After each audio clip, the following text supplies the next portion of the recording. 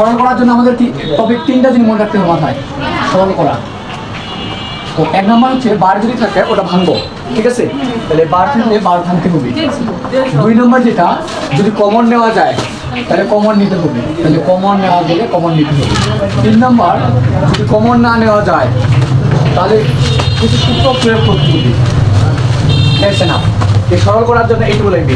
তো সরল সরল আমাদের বোর্ড বইয়ের সরলকরণ নিয়ম কি, বার থাকলে বারটা ভাঙতে হবে। দেখো তো এই জায়গায় বার আছে কিনা, a plus B plus C bar, এইটুকু বার আছে, তাহলে এইটুকুতে ডিমোটানের উপপাদ্য প্রয়োগ করবো। তাহলে a bar into b bar into c বার ছিল আরেকটাকে ভাঙা বার, তারপর হচ্ছে ইনটু আছে ইনটু b বার c, ঠিক আছে?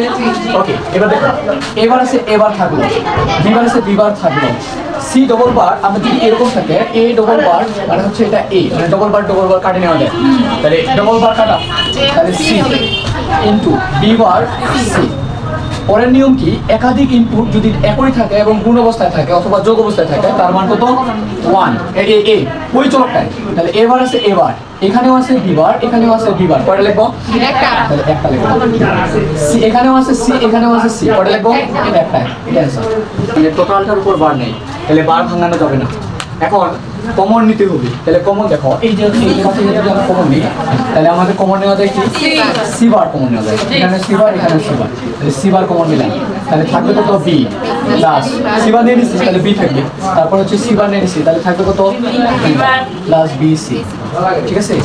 এখন সি বার আছে সি বার একটা আরেকটা উল্টো এবং যদি যোগ অবস্থায় থাকে তাহলে তার মান কত 1, তাহলে এখানে 1 প্লাস বি সি, সি বারের সাথে 1 গুণ করলে সি বারে C bar plus B C.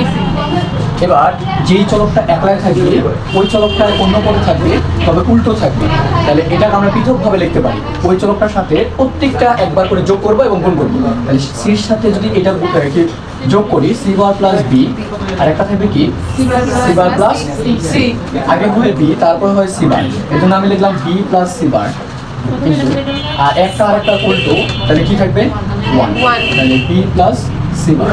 আমরা যদি এটার সাইড নোট দিই এ প্লাস এ বার বি, আমরা এটা লিখতে পারি এটার সাথে এটা একবার যোগ থাকবে আর এটার সাথে এটা একবার যোগ থাকবে, তাহলে এ প্লাস এ বার আর এ প্লাস